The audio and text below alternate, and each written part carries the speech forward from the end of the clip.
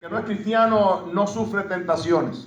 Él se vive en un continuo círculo vicioso de tentación porque no ha nacido de nuevo, no ha sido revestido del nuevo hombre, el del cual nosotros también sabemos que sí estamos revestidos y por lo tanto ya existe en nosotros una novedad de vida de la cual creo que estamos muy contentos, ¿verdad? Amén. Estamos gozosos de haber nacido de nuevo. Amén. Y por lo tanto, esta nueva vida, este nuevo nacimiento, esta nueva manera de vivir, nosotros la vemos aquí expresada en las Sagradas Escrituras, mediante la cual el Señor nos enseña a cómo vivir una vida próspera, una vida victoriosa, una vida de proyectos, de avances en la vida espiritual. Sobre todo en este ámbito,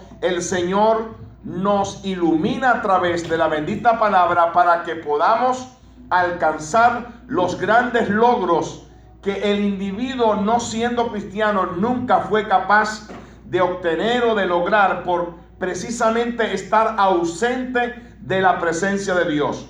Pero los que tenemos al Señor y todos los que estamos acá, valga la redundancia, tenemos a Cristo. Y es una gran bendición poder gozar de la bendición que el Señor exclusivamente nos ha dado a través de su Hijo Jesucristo. Estábamos hablando el jueves anterior y usted podrá recordar qué cosa es la tentación. Ya lo dijimos que la tentación es una condición o circunstancia exterior, o también puede ser un sentimiento o pasión interior o interno, algo que nace, amén, algo que nace dentro del corazón, pero que se enlaza también con el alma, porque el corazón, el alma y el espíritu están enlazados entre sí. Quiere decir que forman como un ente, tal como es el Padre, el Hijo, el Espíritu Santo, que son uno solo. Casi se puede decir que es lo mismo, porque cuando el corazón siente y padece, de igual manera siente y padece el alma y el espíritu. Porque cuando el corazón siente y da paso a lo que es el deseo lascivo, el deseo morboso, el deseo desenfrenado de la carne, también el alma y el espíritu se afectan negativamente. ¿Por qué? Porque dice la palabra del Señor que el alma que pecare, ¿quién es el que peca? El alma que pecare, esa morirá. Quiere decir que el pecado nace en el corazón del hombre, pero se extiende al alma. Porque fíjense qué importante es entender que hay una intrínseca o íntima relación entre el corazón y el alma, que el mismo capítulo 24 del libro de los Salmos dice bien claro que el corazón que no esté puro. El Señor en el capítulo 5 del gran sermón de las montañas, o el sermón del monte, lo dijo bien claro. Y este sermón abarca 3 capítulos, 5, 6, 7 del libro de Mateo, donde podemos ver relacionada esta gran enseñanza en cuanto a la limpieza de un corazón de Dios, un corazón que sirve a Dios, el corazón que se ha entregado para servir, no parcial, sino totalmente a Dios, debe de estar limpio. Porque el Señor lo dijo bien claro: bienaventurados los de limpio corazón, aleluya, porque ellos verán a Dios. Amén. Entonces ustedes o todos nosotros notamos la similitud o prácticamente la igualdad que existe entre el sentimiento del corazón y lo que pueda sentir el alma también. Porque cuando el corazón no está limpio, no podemos nosotros pensar que el alma puede estar limpia. El alma está limpia cuando el corazón se mantiene en pureza delante de los ojos del Señor. ¿Quién, dice, entrará a tu aposento o a tu altar? Dice la palabra del Señor. ¿Quién entrará a tu trono santo? El limpio de mano, el puro ¿de qué? De corazón, el que no ha elevado su alma a cosas vanas, ni jurado con engaño. Fíjense qué importante. Amén. Que no podemos nosotros jurar con engaño, no podemos nosotros tocar o codiciar o ansiar o desear las cosas que no corresponden o que no nos pertenecen. O sea, quiere decir que el Señor por su palabra nos enseña que no codiciarás lo ajeno, como no se puede codiciar a la mujer ajena ni el hombre ajeno, tampoco se puede codiciar lo que no es propiedad nuestra. Usted sabe que hay muchas personas que, claro, no tienen a Cristo y son expertos en apoderarse de lo ajeno. O sea, echarle mano a lo que no es suyo, lo que no tiene nombre suyo, a eso le echan mano. Y rápidamente le ponen hasta el título de propiedad. Pero nosotros cuando venimos al Señor entendemos que ya estamos en una vida completamente diferente, marcada por el Espíritu Santo. Y ahora no vivimos nosotros, como dice el gran apóstol Pablo, o más bien el Señor a través de él, en Gálatas 5, verso 20. Ya no vivo yo, mas vive Cristo en mí. Y lo que ahora vivo en esta carne, escúchalo bien, lo vivo en la fe del Hijo de Dios, el cual me amó y se entregó a sí mismo por mí. Lo que indica es que porque nosotros estemos viviendo en una vida actualizada en el Espíritu, porque la vida en el Espíritu tiene que ser una vida siempre activada y actualizada en nosotros. Es una vida práctica, no es una vida pasiva, es una vida que debe demostrar una intensa pasión por querer agradar a Dios en cada uno de los pasos que nosotros logremos dar por la guianza del Espíritu Santo en esta tierra tan embargada de maldad, de pecado, de sinsabores, porque ¿a quién le gusta el sabor de este mundo? Yo como que hay un amén bien lejos por allá, ¿no? Pero nada tiene que ver con nosotros. A nosotros no nos gusta el mundo. En el mundo estamos y yo creo que es prácticamente irremediable que evitemos estar acá. Tenemos que estar aquí hasta que el Señor nos llame a su presencia. Y eso en cualquier momentito va a ocurrir. Así que si usted tiene algo que preparar o arreglar todavía, arréglelo a tiempo, para que no se vaya a perder esa gran y bienaventurada esperanza. Como dijo el Señor, esa esperanza bienaventurada y el advenimiento, el regreso de nuestro Señor y Salvador Jesucristo. Pero fíjense que lo que ahora vivimos en la carne, ¿lo vivimos en qué? En la fe del Hijo de Dios.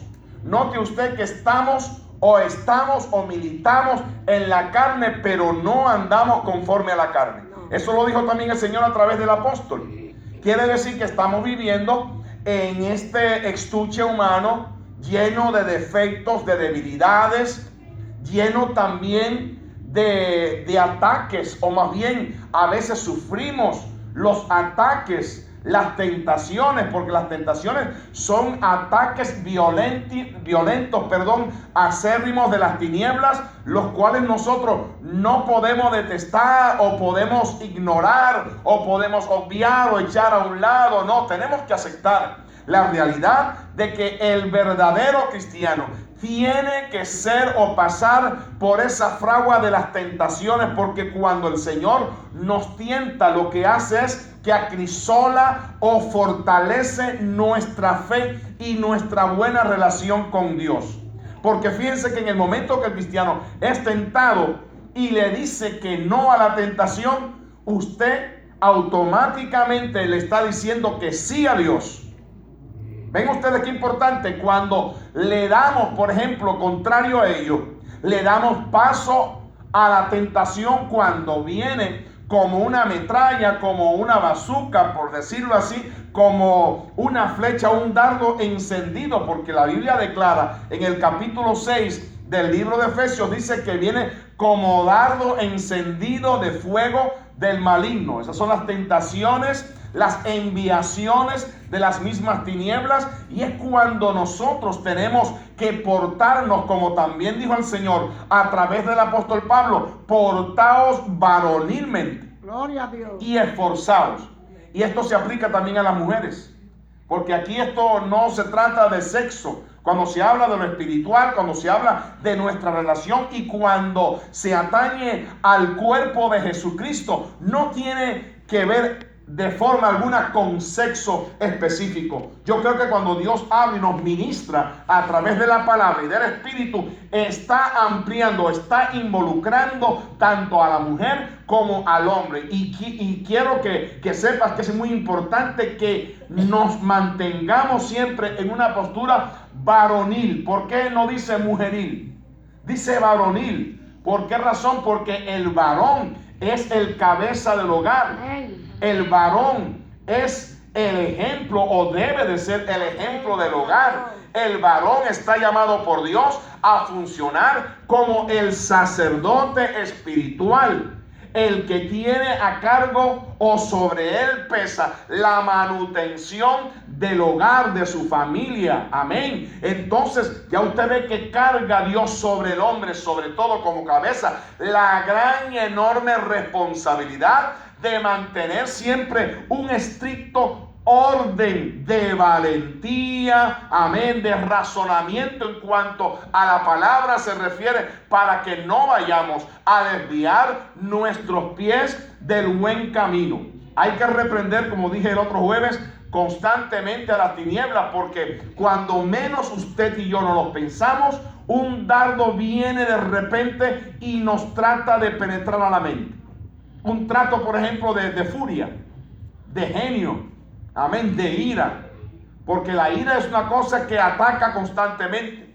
¿Cuántas injusticias no vemos a diario en el trabajo, aún en el mismo hogar? Quizás usted mira cosas con miembros de la misma familia que no están al compás o al nivel suyo espiritualmente hablando, y de repente, como esto sucede, pues no concuerda con su pensamiento, con su sentimiento, con su proyecto, la idea de llevar a cabo alguna empresa, y de repente se levanta el enemigo como río, porque el Señor lo dijo: yo no he venido a traer paz, sino que espada. Hoy, ¿cómo se entiende esto? Pues está un poco difícil, ¿no? Porque ¿cómo va a ser posible que el príncipe de paz, que a sí mismo se autocatalogó en el capítulo 9 del libro de Isaías, dice que Él es el príncipe de paz? ¿Y cómo es que ahora el Señor en los evangelios dice que Él no vino a traer paz sino espada? Bueno, esto no lo vamos a torcer de ninguna manera, porque la palabra de Dios tampoco se puede contradecir. La palabra no es contradictoria y Dios es un Dios claro. Pero lo que significa es que cuando la persona en una familia viene a Cristo, ya usted sabe que lo primero que va a perder es la paz, y la guerra va a llegar con aquellos que no tienen a Dios en su cuenta, no lo tienen en su corazón como usted lo tiene. Entonces, pues, usted sabe que la Biblia habla que la luz no liga con las tinieblas. Hay una gran diferencia entre la noche y el día, como la hay entre Cristo y el diablo, como lo hay entre el pecado y la santidad. Entonces nosotros vemos que a veces en la misma familia se levanta alguien tratando de repeler o de contradecir o le refuta algo que usted tiene en su corazón, porque Dios allí lo ha puesto.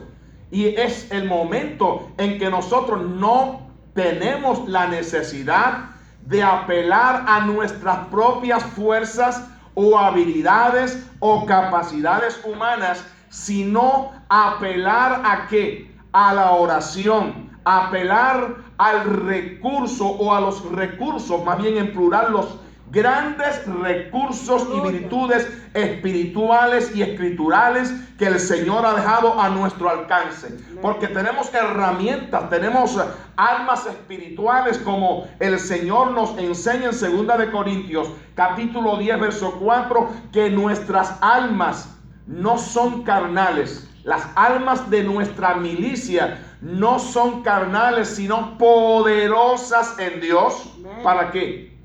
Para la destrucción de fortalezas espirituales. Ahora, quiero llegar a un punto muy importante y muy determinante acá en este verso. Escuche bien este punto, qué importante. Nosotros tenemos por todos los medios que el Señor nos ha conferido, y la habilidad espiritual y la fortaleza a la vez que Dios nos ha dado, de impedir a capa y espada, como dicen por ahí, que el enemigo de alguna manera, bombardeando con sus dardos encendidos, vaya a hacer o vaya a formar en nosotros un castillo impermeable. ¿Ven ustedes? Y en el Evangelio el Señor nos manda a que nosotros cuidemos, que seamos fieles centinelas, vigías o soldados que están siempre salvaguardando el palacio, porque el que firme vela el palacio dice que su casa va a estar siempre en paz. Amén, gloria a Dios. Entonces nosotros lo que entendemos acá es que nuestra bendición no la podemos negociar, ni tampoco le podemos permitir al enemigo que usando a cualquier tipo de instrumento, tanto de adentro como de afuera, vaya a usurpar, vaya a socavar y tratar de destruir de alguna manera la bendición más grande que tiene un individuo sobre la faz de la tierra, que es la espiritual. Porque tarde o temprano la material se acaba. El dinero se acaba, la materia se acaba, todo se acaba, la ropa, incluso dice la palabra que la ropa se envejece. Y usted al año siguiente, a los 2 o 3 años, tiene que volverse a comprar una mudita de ropa porque la va lavando y la misma lavadora, como tiene ese sistema de giro, la va desgastando y se le va yendo el color y se le van yendo los pedazos, la fibra de algodón o de la materia que esté hecha, y usted ve que ya esa ropa en 2 o 3 años ya no sirve. Gloria a Dios, Señor. Todo se acaba, pero lo único que Dios quiere que nosotros por ello velemos es por la vida espiritual. Y esa vida espiritual, les dije anteriormente y les refresco un poquito la memoria, yo no puedo cuidarla por usted. Cada cristiano en lo personal tiene que levantarse con valentía, como les decía, mantenerse en la postura de ser varonil, o sea, varonilmente, y esforzarse y cuidar lo que Dios le ha dado, porque esto que Dios nos ha dado, hermano, es grande. Filipenses 2:12, y en la parte final dice bien claro que nosotros tenemos, fíjense que nosotros tenemos, nos manda Dios a cada quien en particular, que tenemos la responsabilidad de cuidar nuestra salvación con temor y con temblor. Amén. Usted no sabe que la tentación es difícil, y el asunto de la concupiscencia, como aparece aquí demostrado en el capítulo 1 del libro de Santiago, eso es también prácticamente imposible evitar que vengan esos deseos que prácticamente son deseos carnales, deseos que lo que quieren es satisfacer la carne o la vieja naturaleza caída. La naturaleza que todavía a la altura, después que encontramos a nuestro Salvador, todavía sigue ahí vigente. Y quiere, o cuando llegamos al Señor, venimos arrastrando ciertos aspectos de esa naturaleza y quiere tratar de sujetarnos, quiere tratar de subyugarnos, de esclavizar nuestra vida y sacarnos del camino recto que conduce a la vida eterna. Entonces hay que tener mucho cuidado, porque por ejemplo, el que fue débil en el mundo porque fue quizás un borracho, amén, fue un tomador, un alcohólico, digamos, o una persona drogadicta, cuando viene a los caminos del Señor, el enemigo lo va a tratar de estropear, tirándole dardos continuos con lo que él en el mundo fue débil. Si esa fue la debilidad de esa persona, lo que no es para otra persona, porque a todos el enemigo no los ataca de la misma manera.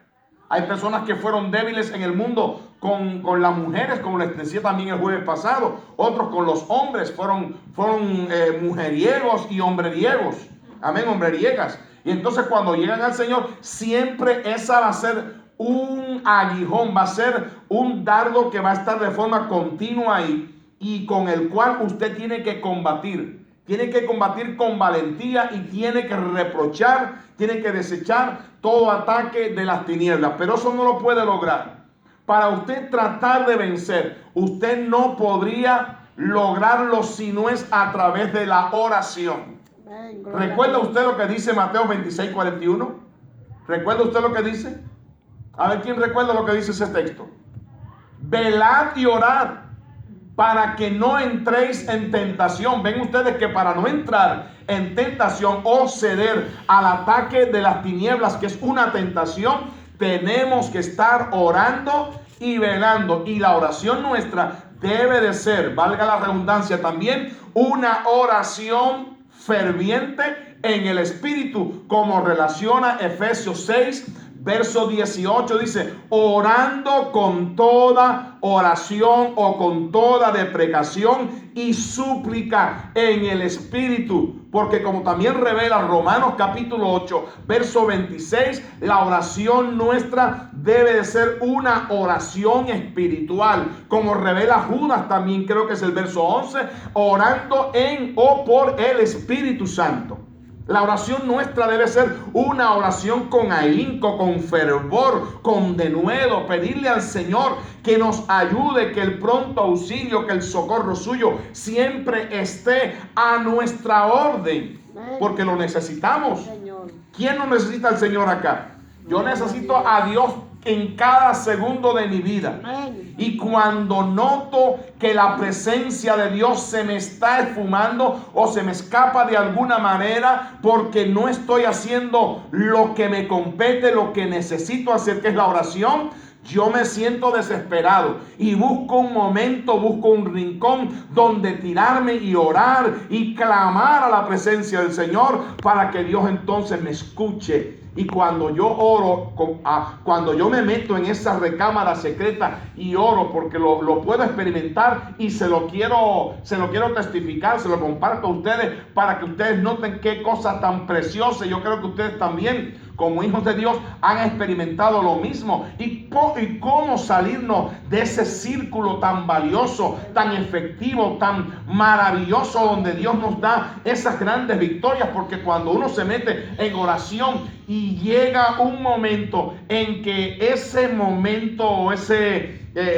sentir quizás de tristeza, de amargura, de desánimo, porque esas cosas vienen, esos ataques de las tinieblas que vienen, usted se tira, nos tiramos de rodillas y estamos orando, hablando con el Señor, y de repente todo eso el Señor se lo lleva como una nube negra que llegó de repente, y el Señor, mire, con el viento, el soplo del Espíritu Santo, se lleva toda esa nube negra llena de malicia, llena de malos pensamientos, llena de cosas negativas, se las lleva y viene la bonanza. Gloria a Dios. Reina entonces la paz y reina también consigo la fortaleza espiritual necesaria para seguirle haciendo frente a todas las pruebas, a todas las tentaciones que vienen a cada una de nuestras vidas.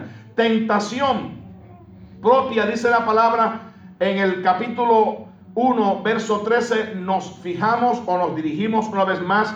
Cuando alguno es tentado, no diga que es tentado de parte de Dios, porque Dios no puede ser tentado por el mal, ni él tienta a nadie. Cuando aquí está hablando de que Dios no puede ser tentado por el mal, se está refiriendo al malo, se está refiriendo al diablo, amén, al enemigo. Él no puede ser tentado por el enemigo. ¿Y cómo es que el Señor fue tentado? Dios fue tentado allá en el capítulo 4 de Mateo, en el inicio de su ministerio popular o su ministerio terrenal. ¿Usted cree que haya sido tentado Dios? Dios no puede ser tentado, y la palabra del Señor es una. Tanto en el Antiguo como en el Nuevo Testamento es una sola palabra. Y Dios no fue tentado allí en el monte, en aquel lugar donde recibió unos dardos fuertes. 3 diferentes tentaciones recibió el Señor allí, pero no fue Dios. Fue, les dije, ¿verdad? La vez pasada, usted recordará, fue Jesús, el Hijo de Dios. O sea, fue Jesús 100% humano quien atravesó esa situación precaria, difícil, porque el ser tentado no es nada fácil.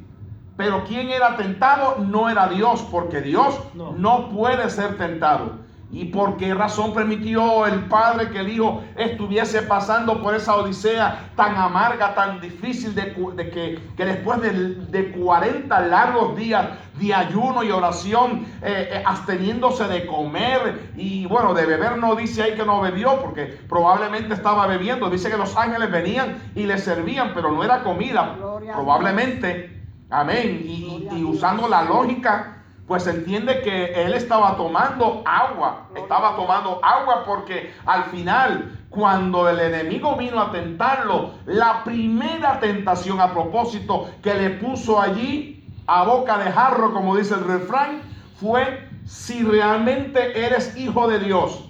Fíjense qué insolencia, qué falta de respeto. Si eres hijo de Dios, di que estas piedras se conviertan en pan. ¿No ven ustedes? No le dijo si eres Dios, porque no, él es Dios, y aunque él sabía que el Padre estaba en el cielo, porque él lo sabe, el enemigo no lo sabe todo, pero en este aspecto él tenía conocimiento de que Dios el Hijo, de Dios el Padre del Hijo que estaba siendo tentado, estaba en el cielo, y él sabía que a quien estaba tentando no era Dios, era el Hijo de Dios. Si eres el Hijo de Dios, di que estas piedras se conviertan en pan. ¿Usted cree que el Hijo de Dios, o usted cree que toda la plenitud de la deidad que habitaba corporalmente en la persona de Jesús en aquella hora, no hubiese sido capaz de convertir todas las piedras y hasta la montaña misma donde él estaba en panes? Pues claro que sí. ¿No fue el Señor el creador de todo el universo? Del cielo, la tierra y todas las cosas que poseen cada una de ellas. Aleluya. ¿Cómo no va a ser capaz Dios de crear el pan para saciar su propia hambre? Pero no podía ceder porque era una tentación de las tinieblas. Y el Hijo de Dios, no me refiero solamente al Hijo de Dios, sino también nosotros como hijos de Dios, debemos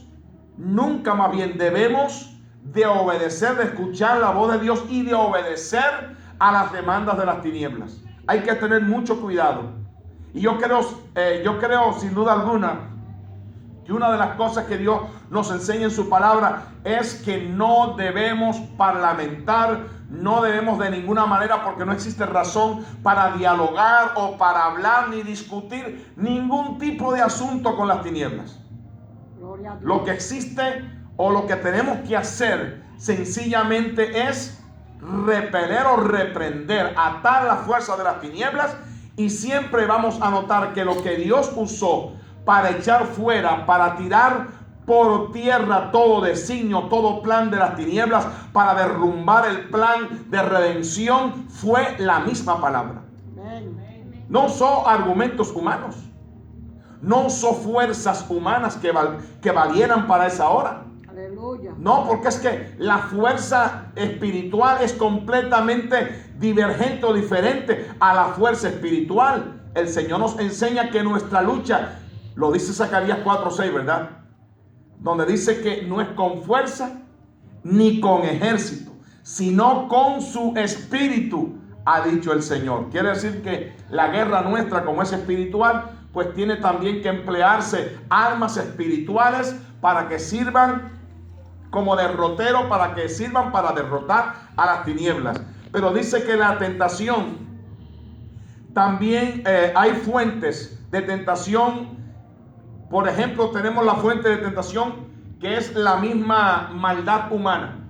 En el capítulo 22, verso 18 del libro de Mateo, encontramos cómo los fariseos envían a sus discípulos al Señor para hacerle una pregunta capciosa, por cierto, para ver cómo hacían caer al maestro en alguna redada, porque los seres humanos tientan también. No crea usted que el enemigo usa instrumentos. Sí, Señor. Amén. Usa instrumentos en la tierra, instrumentos humanos. Sí, Señor.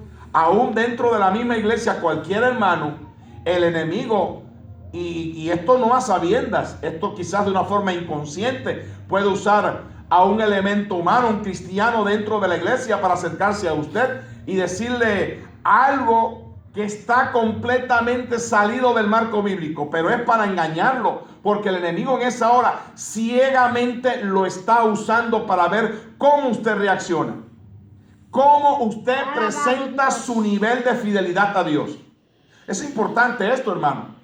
No podemos ignorar, dice la palabra, las maquinaciones de las tinieblas, porque dentro del pueblo de Dios, usted sabe que hay buenas espigas, hay trigo, pero también ¿qué cosa hay? ¿Y por qué lo dice tan bajito? ¿Qué cosa también hay? Cizaña. Amén. Hay cizaña. Y eso es una tremenda mala maña. Hay que tener cuidado con la cizaña. Y también con las arañas espirituales. Entonces, como existen esas cizañas, pues hay que tener cuidado con ellas. Incluso les quiero decir algo. Aun cuando no son cizañas, cuando son auténticos hermanos, hay que tener cuidado. Porque ellos no lo están haciendo en un estado de conciencia. Porque un cristiano, 100% cristiano que está agradando al Señor, no va a querer dañar a un hermano. Imposible. Porque tiene su corazón bueno. Pero el enemigo, sin él darse cuenta, lo puede estar usando como un instrumento. ¿Para qué? Para hacer caer con una tentación al hermano. Entonces esto se llama tentación en el aspecto de la maldad humana. O sea, esta es una fuente de tentación. Y en este capítulo 22, verso 18, Jesús, conociendo la maldad de ellos, de los discípulos, de los fariseos, le dijo: ¿por qué me tentáis, hipócritas? Así mismo se lo dijo el Señor. ¿Por qué me tentáis? ¿Ven ustedes que ellos vinieron con la idea de tentar al Señor? ¿Y con qué lo tentaron? Bueno, la pregunta fue: bueno, Señor, yo sé que tú hablas siempre con verdad y que no te cuidas de nadie y que siempre hablas con verdad en tus labios. Y dime, ¿es justo o es bueno dar a César, a pagar a César los impuestos, los taxes o no? Dicho de otra manera, ¿no? ¿Y qué fue lo que le contestó al Señor? Traedme la moneda. ¿Qué es lo que dice? ¿Cuál es la inscripción que tiene? Dice César. Ah, bueno, pues entonces dar a César lo que es de César y a Dios lo que es de Dios. Y le cerró la boca con un zipper escritural. Ya no hablaron más y se fueron de ahí, de aquel lugar. Ahora, no paró. No, esto significaba que ya paraba la tentación para el Señor. Le siguieron tentando una y otra vez más. Esta es una de las fuentes. La maldad humana, la maldad que nace en el corazón de quien no tiene a Dios. Pero nosotros que somos de Dios, no van a hacer nunca la maldad en nuestros corazones para caer o para hacer caer a nuestro hermano en una redada, en una trampa. Imposible. Y si alguien lo está haciendo, si alguien lo hace, usted sabiendo que es un buen cristiano, no lo acuse, no lo juzgue, solamente ore por él. Ayúdelo, hable con él si es posible, y sin entrar en ningún tipo de polémicas ni contiendas.